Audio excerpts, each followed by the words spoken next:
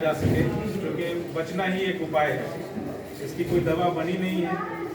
Prevention जिसको कहते हैं बचाव, उसके लिए पहली चीज़ ये होती है कि जो हम आम जिंदगी में दिनचर्या में जो काम कर रहे हैं वो ऐसा करें कि उससे बच जाएं, उसके फैलाव से बचें।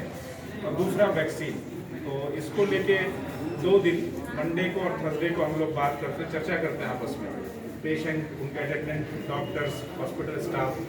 इसका मकसद होता है कि बार बार जब हम रिपीट करके इस बात को आपस में डिस्कस करेंगे तो उसको फिर प्रैक्टिस करना बहुत आसान होगा। तो आज की जो चर्चा है आपके सामने डॉक्टर मुजफ्फर इस्लाम साहब हैं, जो हेड ऑफ डिपार्टमेंट हैं इलाजी तदबीर के। तो पीडी में भी आपकी मुलाकात होगी। तो सर आपको आज के बारे में आपको आगे बताएंगे। इस्लाम साहब। बिस्मिल्लाहिर्रहमानिर्रहीम। इस हॉस्पिटल के सुपरिटेंडेंट जनाब डॉक्टर तौहीद इंतियाज़ साहब और जनाब नोडल पदाधिकारी जनाब तनवीर साहब, डॉक्टर तनवीर साहब,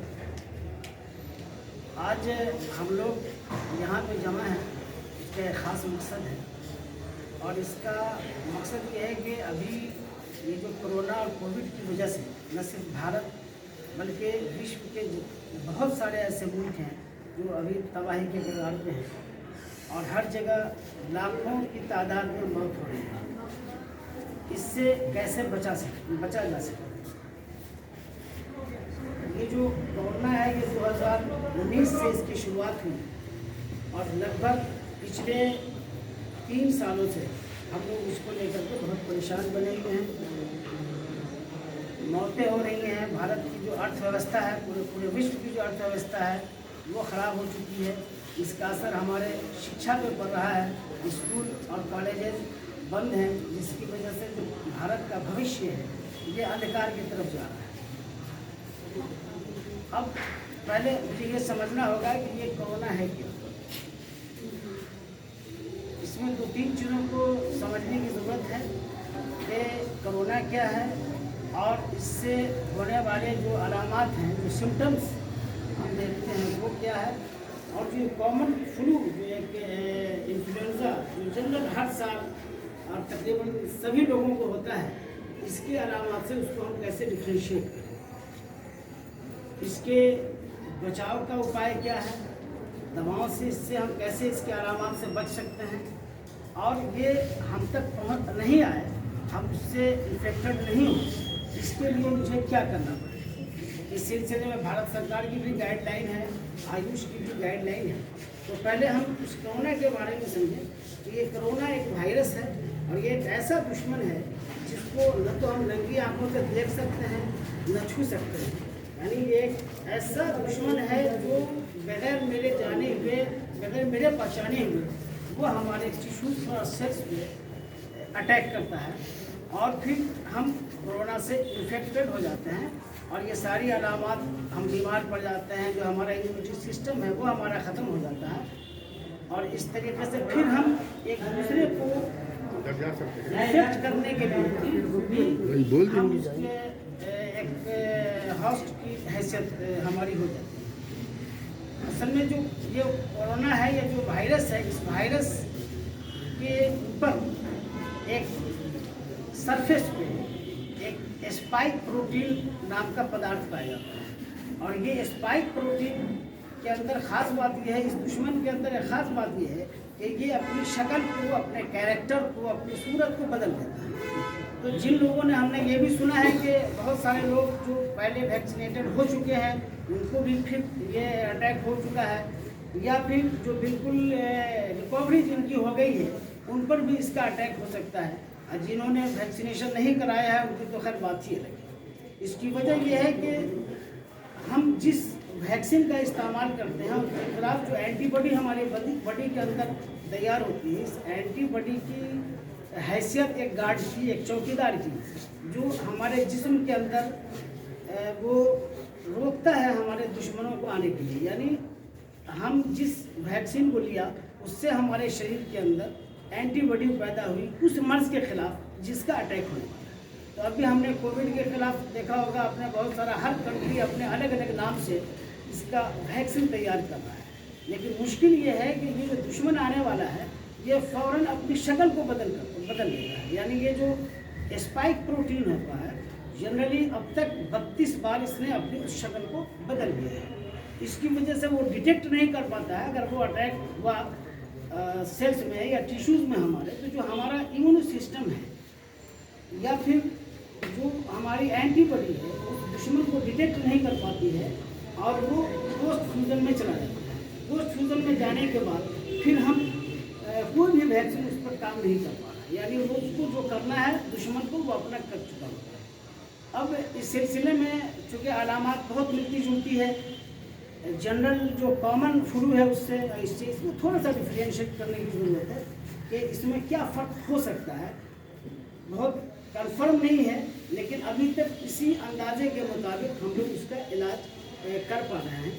तो एक कॉमन फ्लू के अंदर एक चीज़ हम ये देखते हैं कि इसके अंदर फीवर का आना ही आना है, फीवर आता है, खांसी होती है, स्किन पे रैशेज वगैरह भी आ जाते हैं, रनिंग नोज होता है। तो इस तरह या वोमिटिंग या नौजिया की कैफियत पैदा होती है, हेडेक होता है, बॉडी एक होता है, फैटिग होता है। इन चीज़ों में ये सारी चीज़ें लगभग उस ओमिक्रॉन के अटैक के बाद ही होता है जो ओमिक्रॉन से इन्फेक्टेड होता है, या इससे पहले जो डेल्टा वायरस था उससे थे, या उसके पहले जो अल्फा बीटा और गामा वेरिएंट रहा उसके अंदर भी कुछ न कुछ अलामत पाई गई। तो अभी तो ओमिक्रॉन ने भी सब वेरिएंट अपना पैदा कर लिया है, जिसको हम B2 के नाम से जानते हैं या न्यू के नाम से जानते हैं। और अब तक भारत के अंदर ये तकरीबन 39 केसेस 39 केसेस पाए गए हैं BA2।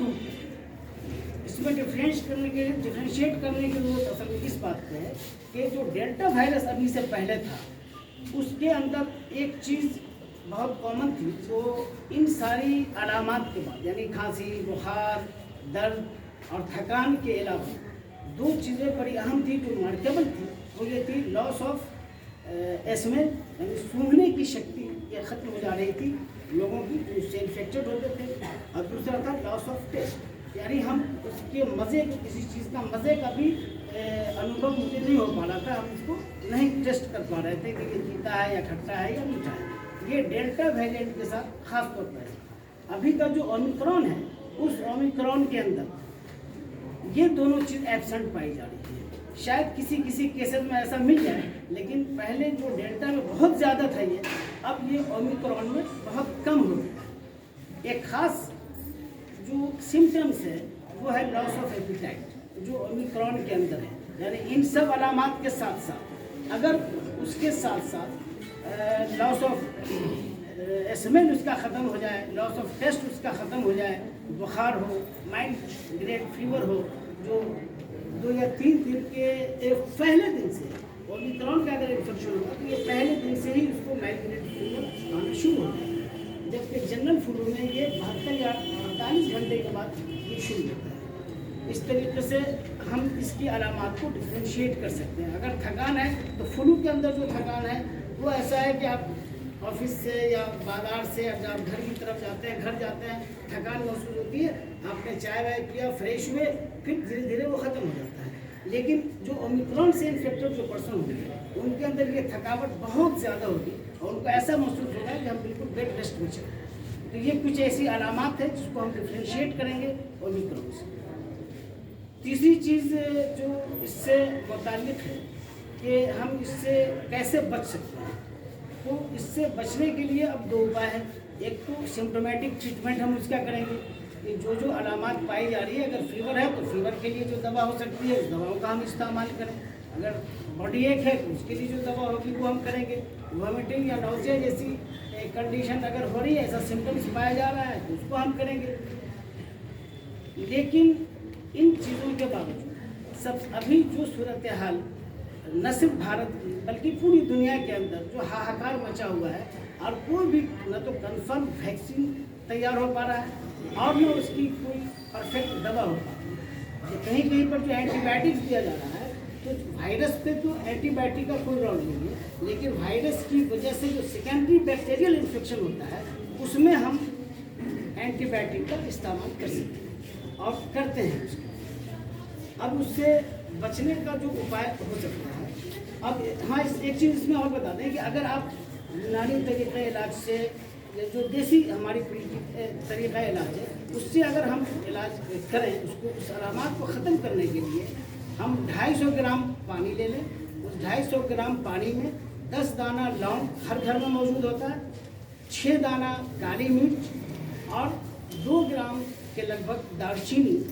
अगर तुलसी का पत्ता अवेलेबल हो, हर घर में तुलसी का पत्ता भी रहता है हिंदुस्तान के अंदर, तो उन पत्तों को डाल करके उसका एक काढ़ा तैयार करें और उस काढ़े का पानी इतना जला दें जिससे 2 कप पानी मिल सके। 2 कप वो तैयार हो। उस 2 कप में से 1 कप सुबह में पिए और 1 कप उसको शाम में। अगर टेस्ट के लिहाज से करें, अगर डायबिटिक नहीं है तो उसमें गुड़ का इस्तेमाल कर सकते हैं, और अगर हाइपरटेंशन के पेशेंट नहीं है तो उसमें थोड़ा सा साल्ट डाल दें ताकि वो चाय की तरह से हो जाए और बदमज़ा नहीं लगे, तीखा नहीं। एक चीज़ ये। दूसरी चीज़ ये है कि कम से कम सुबह का सुबह 1 लहसुन का दाना और 1 चमची जो हनी है, शहद है, उसको बिल्कुल इस्तेमाल करना चाहिए। ये एंटीसेप्टिक ऐसे भी है वो, और ये इन्फेक्शन को दूर करने के लिए है।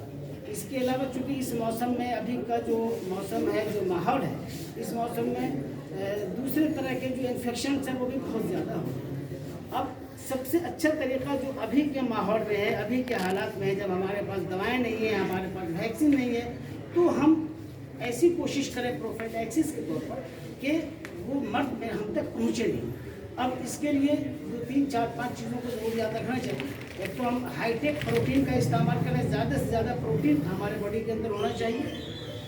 डायट्री के एतबार से पानी का इस्तेमाल जब हम करें तो गुनगुना पानी को हम सेवन करें उससे, या उसमें अदरक थोड़ा सा डाल दें, और जितना पानी हमको लेना है, अगर 5 लीटर लेना है तो उसी हिसाब से अदरक उसमें डाल दें, और उसके बाद छान करके उस पानी को, हल्का गुनगुना पानी ही हम पिए, ठंडा पानी हम नहीं पिए।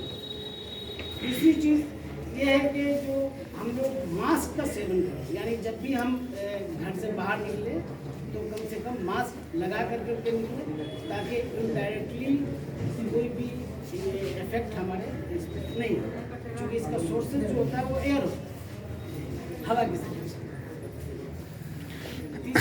चौथी चीज़ जो इस सिलसिले में है सोशल डिस्टेंसिंग, यानी बहुत ज़्यादा हम लोग गैदरिंग नहीं करें, सोशल डिस्टेंस थोड़ा सा दूरी बना करके एक दूसरे से रखें। हो सकता है कि हम इन्फेक्टेड हो सकता है कि जो अगला है वो इन्फेक्टेड हो, और उसके टच से आने की वजह से ये फिर हमको अपना हाउस बना लेंगे। तो थोड़ा सोशल डिस्टेंसिंग भी ज़रूरी है। बगैर किसी ज़रूरत के ट्रैवलिंग से अवॉइड, यानी बहुत ज़्यादा कहीं आना जाना हम नहीं करें, क्योंकि जो ट्रैवल है उसके अंदर गैदरिंग है, और गैदरिंग से ही इसके अंदर बचा जा सकता है। तो ये चंद चीज़ें थी जो मैंने आपको कोविड के सिलसिले में बताई।